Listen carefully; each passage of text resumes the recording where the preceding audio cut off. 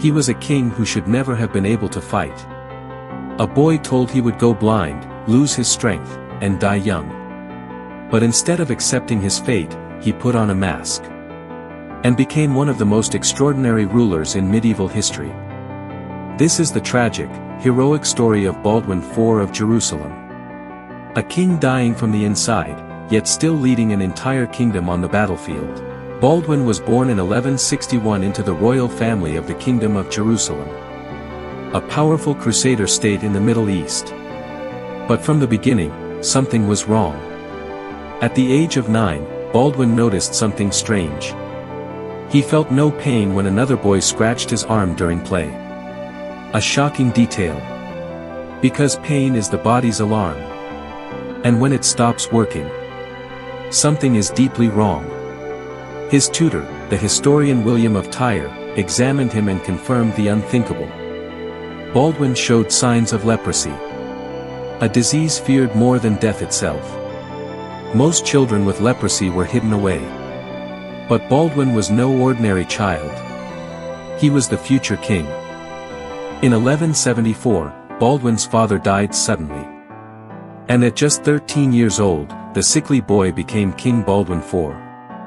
The nobles panicked. How could a dying child rule a kingdom surrounded by powerful enemies? The most feared among them was Saladin, Sultan of Egypt and Syria. A brilliant general who united the Muslim world and planned to take Jerusalem. The stage was set. A dying boy king against one of the greatest commanders in history. As Baldwin grew older, the disease worsened. His face became scarred. His hands weakened. And he began to lose his sight. To protect himself from infection, and to protect others from fear, he began wearing a silver mask. A mask that concealed his illness and created the image of a mysterious warrior king. Behind it was a young man fighting a battle no one could see. But Baldwin refused to step aside. He insisted on ruling with his own hands and leading his army personally. In 1177, Saladin marched into the kingdom with a massive army.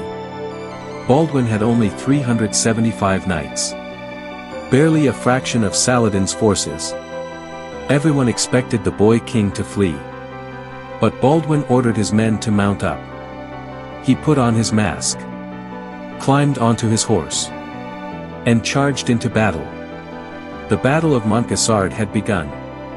Despite his disease, Baldwin rode at the front, his mask shining in the desert sun. His knights followed, inspired by the sight of a king who refused to surrender. Against all odds, the crusader charge shattered Saladin's army. The Sultan barely escaped with his life. The dying boy had accomplished the impossible. He had defeated one of the greatest generals in history.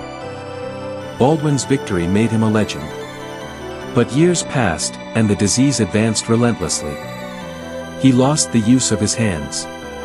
He needed help mounting his horse. His eyesight faded. Yet Baldwin never abdicated.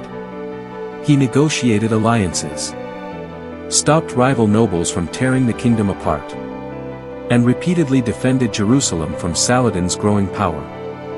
He even arranged politics so the kingdom could survive after his death, because he knew his time was running out. By his early 20s, Baldwin IV could barely stand. He was carried everywhere. A king in body, but a prisoner in his own flesh.